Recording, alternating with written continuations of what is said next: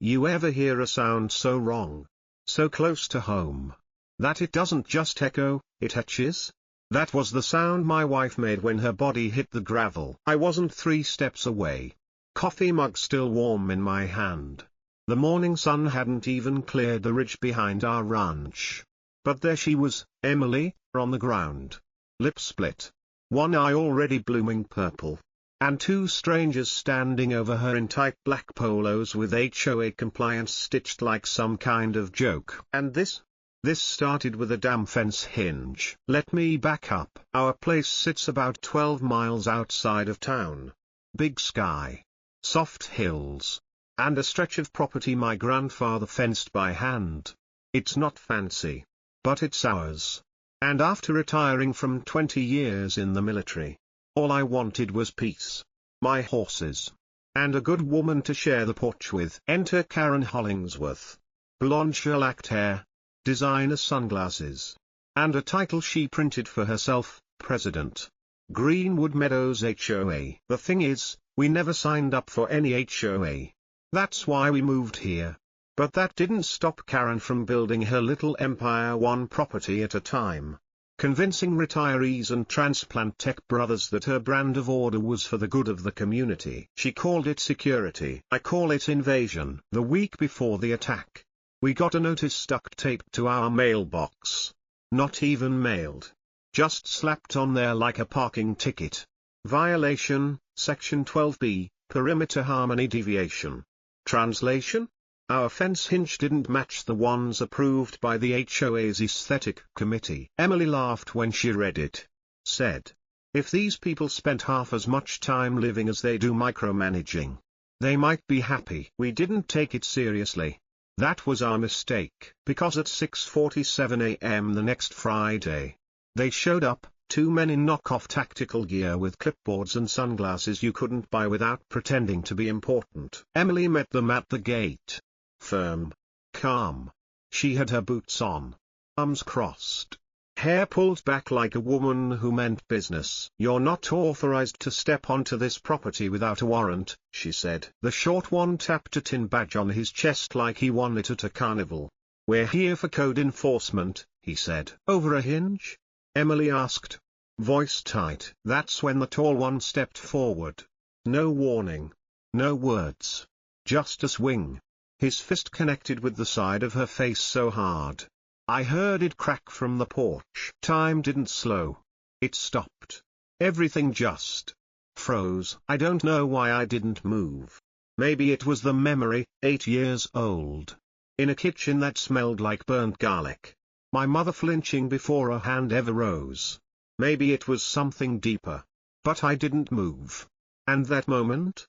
It's burned into me now. Emily hit the dirt like her bones gave up first. The man straightened, looked at me, and said. She got physical. I responded appropriately. I didn't speak. Couldn't. My fists were clenched. My knees bent. But it was like my ribs locked shut. Emily sat up slowly, blood streaking her cheek. You saw that? She asked. I nodded. So why the hell didn't you stop it? That hurt worse than anything. Then, like an angel of chaos, Walt appeared. My neighbor. Retired engineer. Prepper. Beekeeper. And proud owner of what he calls the hobby shack, which is 90% bunker and 10% radio tower. He stood on his porch, shirtless, cradling a bowl of cereal under one arm and binoculars in the other. You good, Em? He called. She gave the tiniest nod. I figured. You always had a mean right hook, even when it's just words. The 2 HOA enforcers didn't say a thing. They turned, walked back to their side-by-side like they'd just delivered a package. Then came the dust cloud. A black SUV. Tinted windows. Vanity plate that read HOA Forever. Out stepped Karen. Botoxed. Bleached. Wearing power walk shoes and a pastel polo like she was about to play HOA golf on Mars. She looked at Emily, still on the ground, and me, still frozen, and said flatly, I assume you'd like to file a complaint. Our email is on the newsletter. Then she smiled, and said, had you addressed the fence hinge earlier, this could have been avoided. She turned and left. left. And that was the exact moment I realized this wasn't about order. It was never about a hinge. It was about control. And if they wanted war over a piece of metal, they just got it. You'd think after watching a man punch my wife in the face on our land, the very least someone might do is apologize. But not Karen Hollingsworth. No. Karen showed up like she was responding to a parking violation. Not a felony. Not an assault. Just an oversight in need of a friendly reminder. Her SUV crept up the gravel like royalty arriving late to a party she threw for herself. Black paint glinting in the morning sun. HOA logo stickered on the windshield like a government seal, except the only thing this woman governed was pettiness and property lines. She stepped out like a realtor/tyrant. Sunglasses larger than her conscience.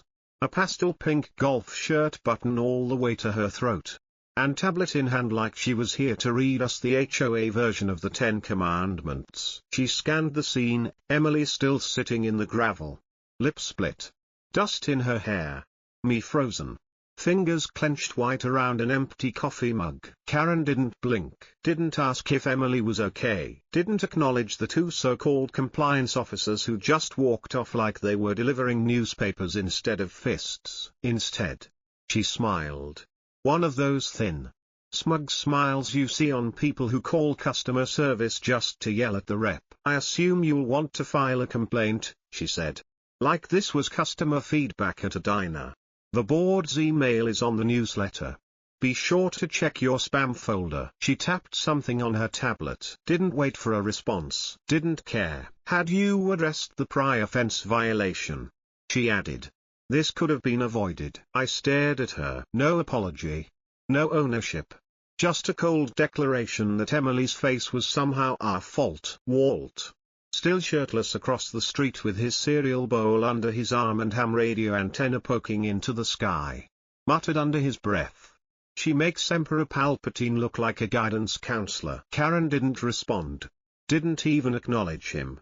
She turned, climbed into the SUV, and drove off like she had brunch plans with Satan. Emily stood up slowly, guarded, one arm across her ribs. Her boots crunched gravel with every step like each movement was a test of pain. I stepped forward to help. She flinched. Not much. Just enough to freeze me in place. Like someone slamming a door without touching it. She didn't cry. Didn't speak. Just walked back toward the house. Arms wrapped tight around herself like she was holding in the last of what hadn't shattered. And I stood there with an empty mug and a kind of shame I couldn't wash off if I tried. That night, I didn't sleep. I sat on the porch with bourbon by my boot, knife in my lap. The gravel still disturbed where Emily had fallen. Like the land itself remembered the violence. Like it wouldn't settle until something was set right. Around midnight, Walt showed up again. 2 beers in hand. Ham radio under one arm like a baby bat he adopted during a thunderstorm. I tapped into their HOA Cops, he said casually. As if eavesdropping on tyrants was just part of his Tuesday routine. They're calling you non-compliant. Want to hear the codes? I didn't speak. He sat beside me. We drank. After a long silence, he said, sometimes it's not the punch that breaks you. It's the one you didn't block. Then he left, and I sat there all night, fingers wrapped around the knife, not because I planned to use it, but because it was something sharp I could still control. In the dark, I realized something chilling. They hadn't broken into our land. They'd broken into our home, and I'd let them. That would be the last time. 2 days. That's how long it took. No apology. No police visit. No knock on the door. Just silence. Like it never happened. Until a teenage boy in a neon vest walked up to my porch like a pizza delivery kid with a curse. His chest bore 3 words in Sharpie, HOA Courier. He didn't make eye contact. Just handed me a letter like it was ticking. Have a better day, he mumbled. Already halfway back to his bike. Inside the envelope, a violation notice. Section 18A, unregistered livestock containment alteration. A fine of $275. The offense? The same fence hinge. The same one that had already cost us peace, blood, and trust. Now they wanted money. Emily read the letter in silence, placed it on the kitchen counter like she was performing surgery, then turned and walked away without a word. She didn't cry. She didn't yell. She just drifted. Opened the fridge, pulled out an ice pack, pressed it against her bruised cheek like it was just another morning. I followed her into the kitchen. Each step felt like trespassing in my own house. Emily. She didn't let me finish. One word, she said. Sharp. Controlled. Final. I froze. She opened the silverware drawer, adjusted 2 forks, closed it, opened it again, swapped a spoon, closed it again. Not angry. Not sad. Just detached. She moved to the spice rack next, reorganized the jars alphabetically. Labels turned outward. Perfect. Sterile. I couldn't take the sound. Glass clinking like tiny tombstones. You hungry? I asked. Just to break the silence. I ate earlier. I didn't see you eat. She stopped, turned, looked straight through me. You didn't see a lot of things. That hit harder than the punch. That night, she moved into the guest room. She didn't have to explain. The open door said it all. Meanwhile, Karen posted to the HOA Facebook group like she hadn't just sanctioned an assault. Title: Operation Neighborhood Order, Quarter 2 Security Realignment. Translation: Martial law with a pastel filter. Daily compliance patrols. Random inspections. Fines for reflective livestock tags. Whatever that meant. They weren't hiding it anymore. This wasn't about order. It was about power. And I was done playing nice. The next morning, I saw them again. 2 new enforcers. Tactical vests. Clipboards. Identical sunglasses. Circling the edge of our property like buzzards. They didn't cross the line. Just hovered. Measured. Wrote things down. One of them looked up at me and smiled. Just checking setback buffer compliance, he said. You're real close to the limit. So are you. I replied. He laughed and wrote something down. Walt called them the HOA Gestapo. Said they fined him for aesthetic obstruction via bunker porthole symmetry. I told them the only thing obstructing aesthetics around here is Karen's soul. He muttered, waving the citation like a prize ribbon. We laughed. But it was thin. That night, I sat in the barn with a flashlight and a pile of every HOA notice we'd ever received.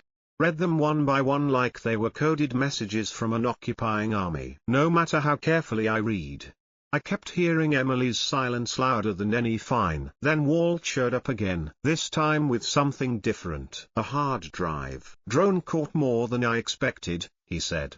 Booting up an old laptop with enough duct tape to survive an EMP. Footage loaded. There she was, Emily. At the gate. Strong posture. Brave face. And behind her, 2 shadows in sunglasses. Walt fiddled with some knobs. I enhanced the audio using a frequency isolator, he said. Originally built to eavesdrop on raccoon conspiracies. Not asking. Good. Then he hit play. A faint voice, buried in static, crackled out from the speakers. Use the wife. He'll snap. He always does. I stopped breathing. Play that again, I whispered. He did. Use the wife. He'll snap. Walt paused the video. Zoomed in. The man who said it had a familiar face. Short beard. Combat cut hair. Burned out eyes. Ray Dobson. My old unit. Same tent. Same firebases.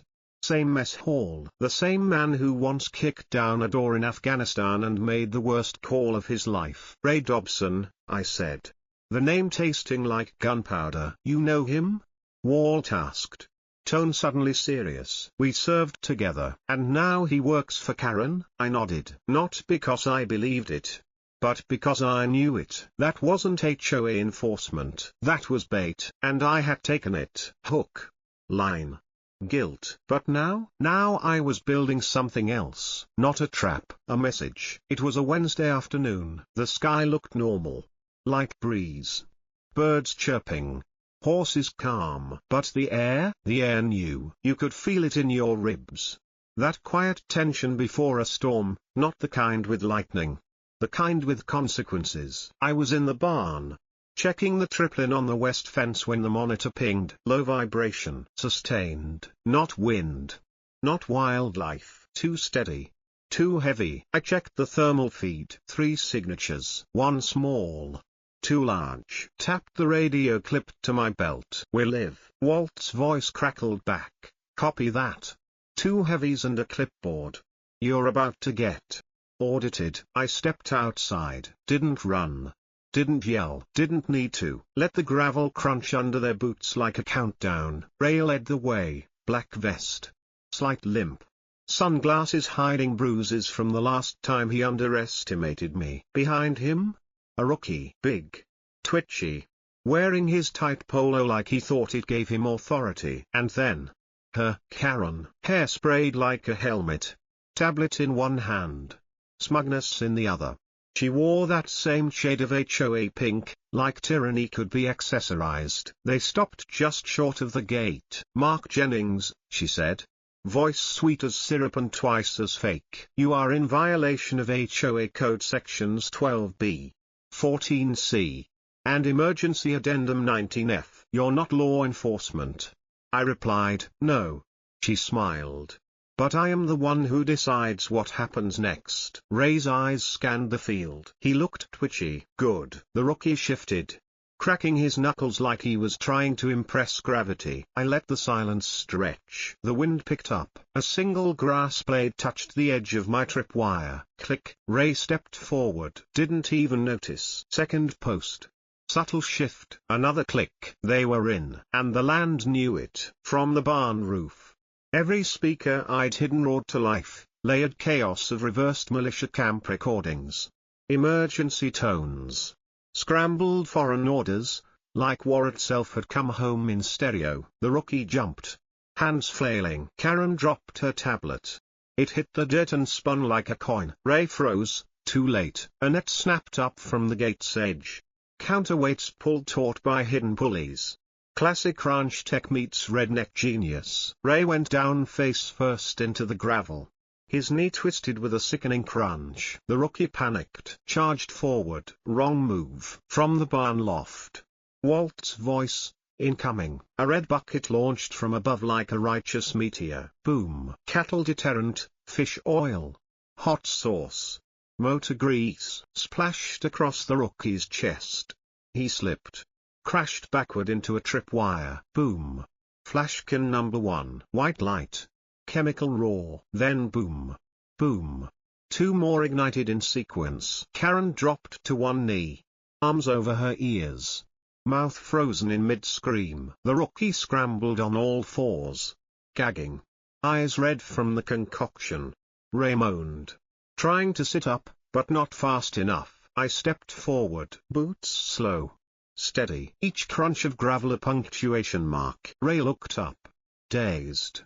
Reached toward his vest. I planted my boot on his chest. Ground him back into the dirt. You crossed the line, I said. He grunted something. No, I said again. You set a trap. I just made it fair. Karen tried to rise. Wobbled like her ego was the only thing holding her up. This is illegal, she shouted. So was punching my wife. This is HOA property. Not anymore. Her eyes widened. Not from fear, from realization. She backed away, fast. The rookie didn't wait. He ran. Slipped in a puddle of hot sauce and shame. Fell again. Walt climbed down from the loft. Spark plug launcher in one hand. Cattle prod in the other. You all good? He asked. Never better, I said. Karen didn't speak. She didn't scold. She didn't even look back. She climbed into the side-by-side like a wounded queen on a retreat from battle, and vanished in a cloud of dust and humiliation. Back inside the house. Emily had seen it all. She stood in the kitchen window. Expression unreadable. She didn't ask how I built that. Didn't ask why. She just looked at me, at the red stains across my shirt. At my split knuckles. You didn't freeze, she said. No. I replied, but you didn't blink either. Then she turned and walked away. Didn't slam the door, just closed it, like someone closing a vault or a chapter. And outside, the gravel settled. The land remembered, and so did I. I thought it was over. Thought Karen limping off like a cat soaked in fish guts was the end. I was wrong, because 2 days later, I heard the knock. 6:12 a.m. Walt stood on the porch, thermos in one hand, tablet in the other. And that look on his face, the one I hadn't seen since Afghanistan. The kind that said brace yourself. This, he said, is not just a bad Yelp review. He dropped the tablet on the table like it might detonate. The screen lit up. Footage. Drone angle. Edited. It showed right angled in the net. The rookie drenched in red. Me standing over them like a warlord. No context. No footage of Emily's bruised face. No trespassing. No voice saying, use the wife. Heel snap. Just flash cans. Yelling. And a still frame of my boot on Ray's chest. They stripped the truth, I said. Walt nodded grimly. And it's working. Local Facebook groups had lit up. HOA-friendly blogs dubbed me Rancher Rambo. A neighbor said on camera. Voice blurred. People don't build traps unless they're dangerous. They're not fighting you anymore, Walt said. They're filming you. That afternoon, a courier showed up. Suit. Slick haircut. Expensive shoes that had never seen gravel. He handed me a sealed envelope embossed with gold lettering, Whitaker, Griggs and Bell. The kind of firm that billed by the syllable. I opened it. Violation of Code 32C, aggravated deterrence. Unauthorized tactical force. Pending civil action, $75,000 in damages. They wanted to bankrupt me. Digitally? Walt asked later. We fight it with footage. Raw files. Timestamps. I've got backups of backups. And when they edit those too. I snapped. You keep playing defense. You already lost. I didn't sleep that night. Didn't sharpen a knife. Didn't build another trap. I made a phone call. Mia, civil rights attorney. Shark in heels. Also, Emily's cousin. We hadn't spoken in years. Not since the wedding. She didn't ask questions. I didn't explain. I just sent the files. 10 minutes later, she replied, get ready. We're going loud. She filed a preemptive countersuit before the HOA even got their court date. 4 court charges. Unlawful trespass. False impersonation of law enforcement. Use of force under fraudulent authority. Defamation via manipulated materials. She didn't stop there. Included drone footage, hospital reports, audio recordings, and, thanks to a mole inside the HOA, internal emails.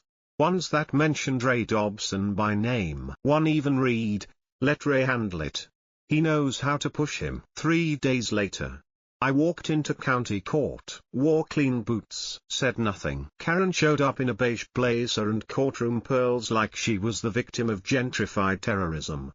Flanked by 3 lawyers and a paralegal with a MacBook and no soul. The judge was an old veteran. Tired eyes. Sharp voice. He listened to 15 seconds of Mia's opening. Watched 30 seconds of unedited drone footage. Raised one eyebrow. This, he said flatly, should have never reached this point. He signed everything. Permanent injunction, cease and desist, immediate dissolution of all HOA enforcement activity. No more patrols, no more fines, no more Ray, no more Karen. 3 days later, she moved out. No farewell speech, no HOA newsletter, just a moving truck and a crooked for sale sign that fell over in the wind. Her last message, you made your point. She was wrong. I didn't make a point. I drew a boundary. And this time, no one crossed it. Ray wiped from the HOA website. No one answered the compliance number when Walt called, just to test it. He sipped from a thermos labeled emergency juice. Looks like the HOA's having a staffing shortage. He smirked. We didn't gloat, didn't brag, we just reset. Took down the tripwires, hung the American flag back up. Normal, but never the same. That night, Walt sat beside me on the porch. No jokes. No tools. Just dusk. You used to freeze, he said. Now you draw the line. That's supposed to be comforting? Nah. Just accurate. Emily came home later. Quiet. Calm. She stood in the doorway for a long time. Then, she stepped outside. Sat down beside me. Not close, not far. Just there. Do you ever miss who you were before all this? She asked. I thought about it. Then said, no. I think I finally became who I was supposed to be. She didn't argue. Didn't leave. And for once, that was enough.